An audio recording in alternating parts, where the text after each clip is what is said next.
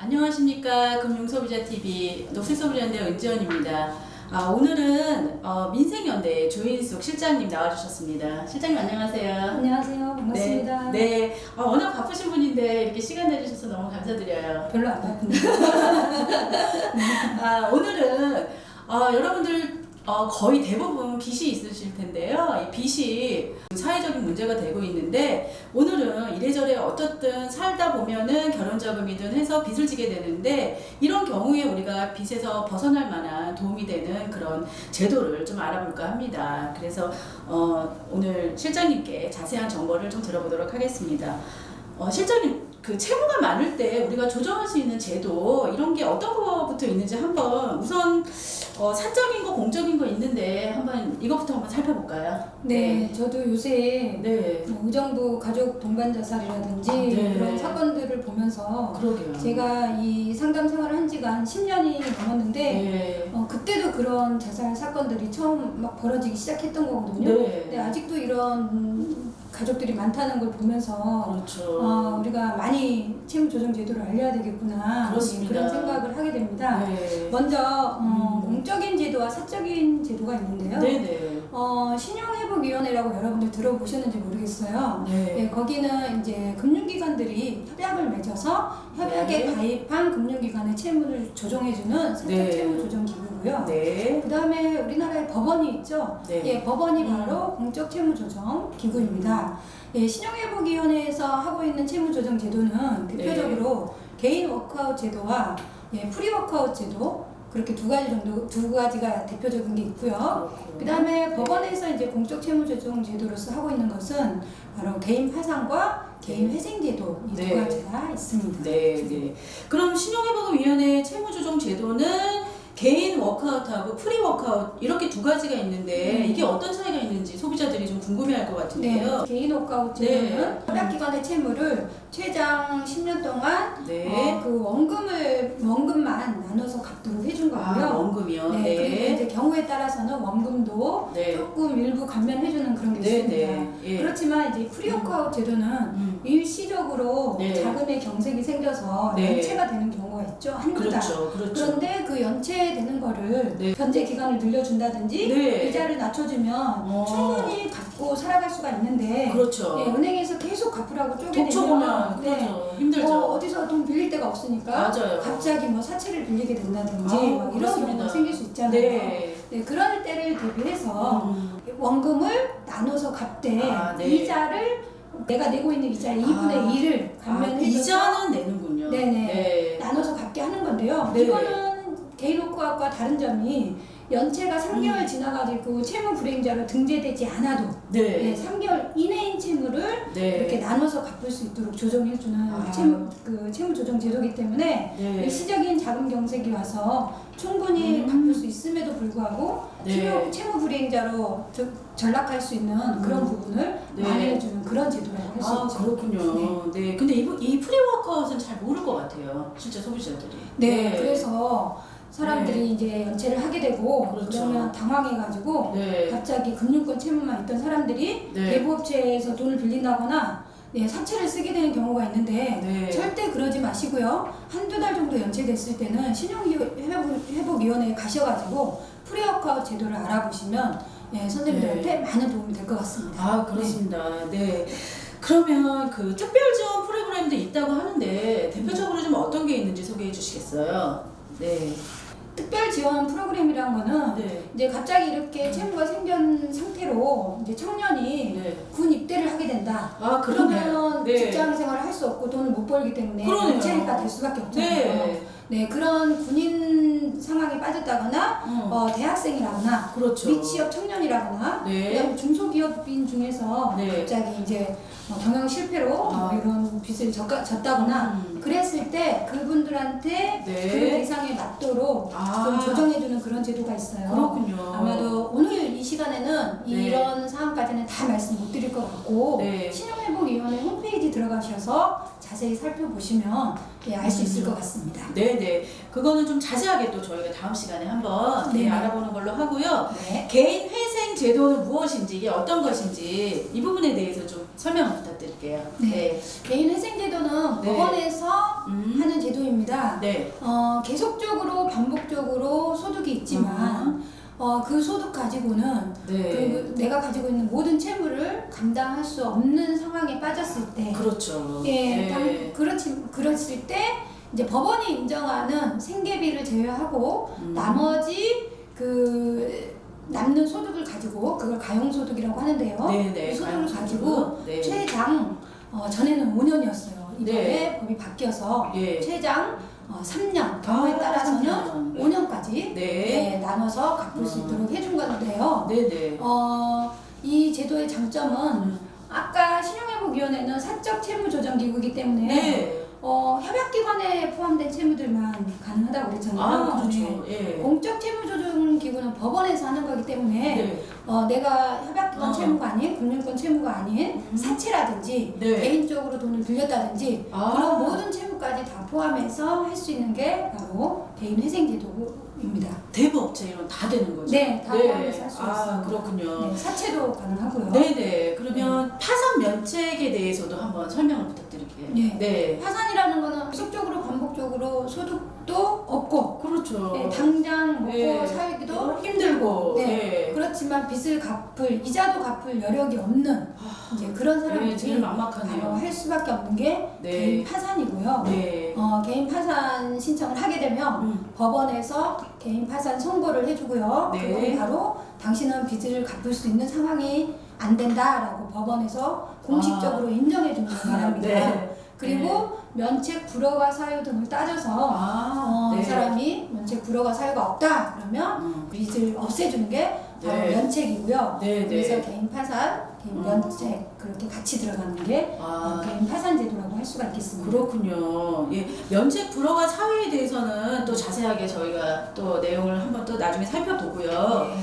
근데 이 파산이라는 게 재산을 다 정리하고 나면은 저희가 어떻게 길거리에 나 앉아야 됩니까?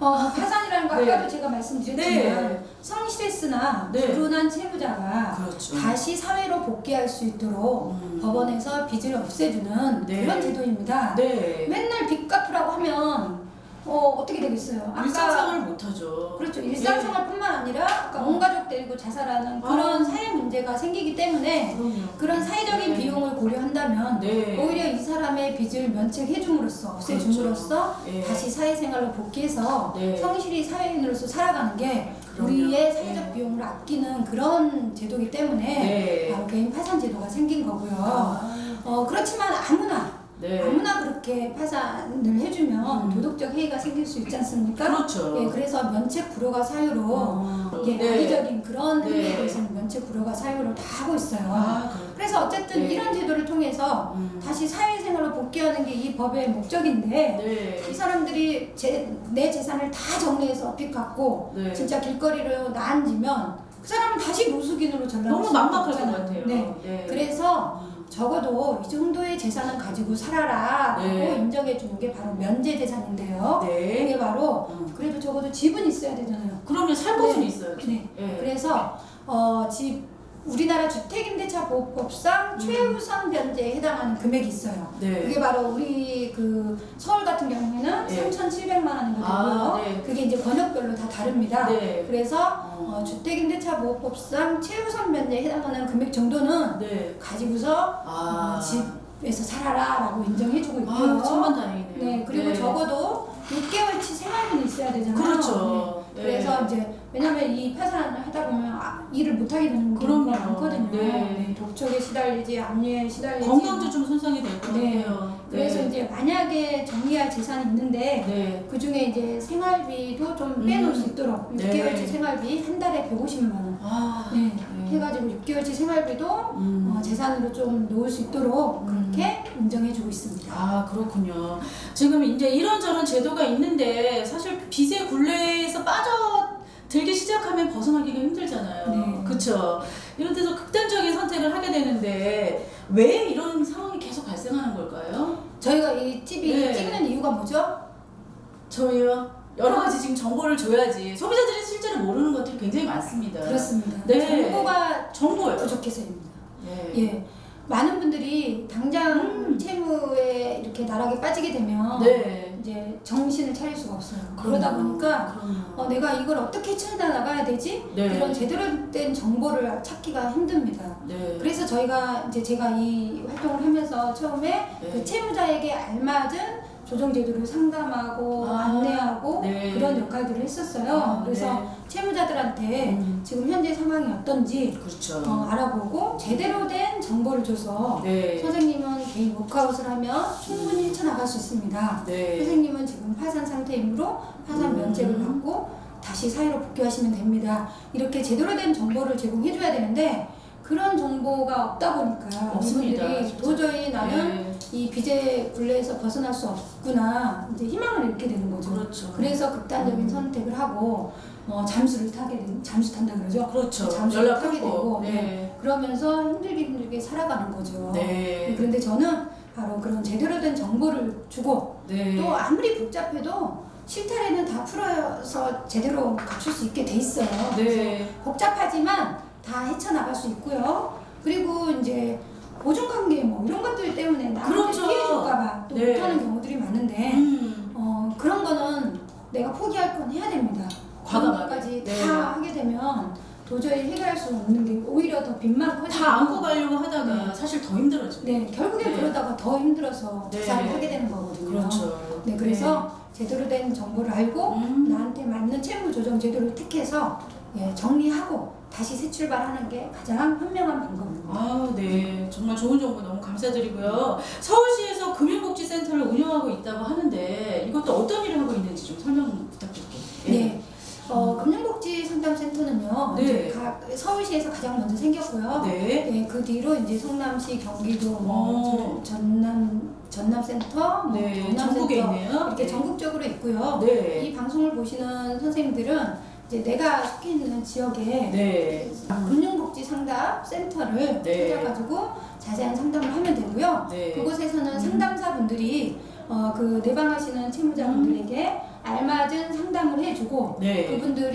그분들한테 알맞은 채무 조정 제도를 찾아서 그렇죠. 할 수 있도록 같이 동행도 해주고 그리고 법원과 연계도 해주고 패스트트랙 제도라든지 뭐 그런 것들을 활용해서 네. 빨리빨리 채무를 정리할 수 있도록 도와주는 역할을 하고 있고요. 네. 또 직업이 없다거나 뭐 이분은 뭐 기초생활 수급자로 뭐 정부의 지원을 받아야 될 정도의 상황이다 그러면 그분들한테 알맞은 그런 복지 제도도 연계를 하는 그런 역할들을 하고 있습니다. 아, 네. 사실 오늘 대략적으로 짚어주셨는데 사실 이 하나하나에 대한 정보들이 좀 더 자세히 깊이 들어가는 게 더 좋을 것 같다는 생각이 들고요. 그리고 또 한 가지 네. 또 말씀드리고 싶은 거는 네.